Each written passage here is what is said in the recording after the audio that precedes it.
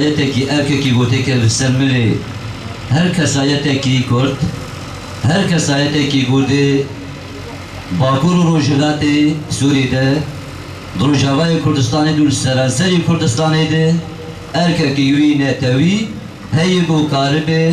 roleki koydu nava civage bilize em civak malbat erke meyne tevi heyi go em jiboyi geli xwe bikaribin roleki jibo azadiya tevayî gelê Kurd wan gelê godinava me jiya dikin ku em karibin wan xwestekê wana misoger bikin. 2013 19 mahayekê bi şehadeta lezgîn û heyanî gobekî ji şehadeta zîlan bi deha şehîd ji vê malbatê hatin danîn. Hê got 2013 de bi deha xortên vê malbatê ji boî şopdarê xeta şehîda zgîn û heyanî bike ji xeta şehîda zîlan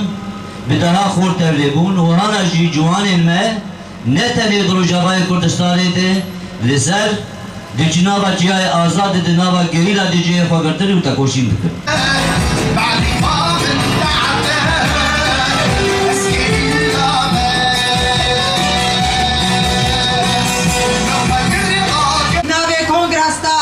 ناوی دایکن گریلا هم خیراتنا تبایی گلن حاضر دکن دبن کلی قهرمان ده کلی شهیدان ده اتکسایت واحسی قهرمان ده هم همو شهیدن تفگر آزادیه ببیتنن و هم بجنا خلبر واد توینن هم دیویژن شهید نامرن حوالن هیجا ملتن برومد براسی دماد مروتی باخ برسر شهیدان مرودی میری سکینی گلو مروش پیره دست بکه براسی تکس نکاره بیچار آخفتن باقی شهید آبده دیار کرن تکوشین و برخوادانیال چین آزاد مشانتن لهم بری تراره لهم بری چکین کنیاسان لبری خالت افتر انجاق مابی آمدو خیانی کرن حوالن هیشا ولد پاریزی نفسکی دراجه دبه ولد پاریزی نه روشکه نه دروشن نه سروشن نه بیشین مشهیدک دا یان مشورش گرک دا یا ما چرا خاطر بالکونه کی که یا من مشکه که یا ما چی کی سازی که جه خوگر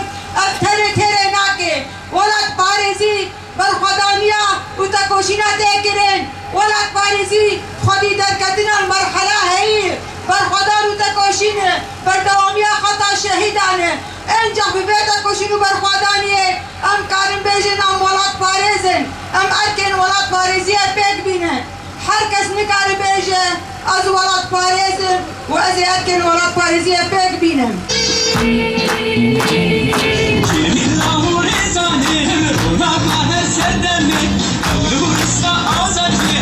شانه هر دمه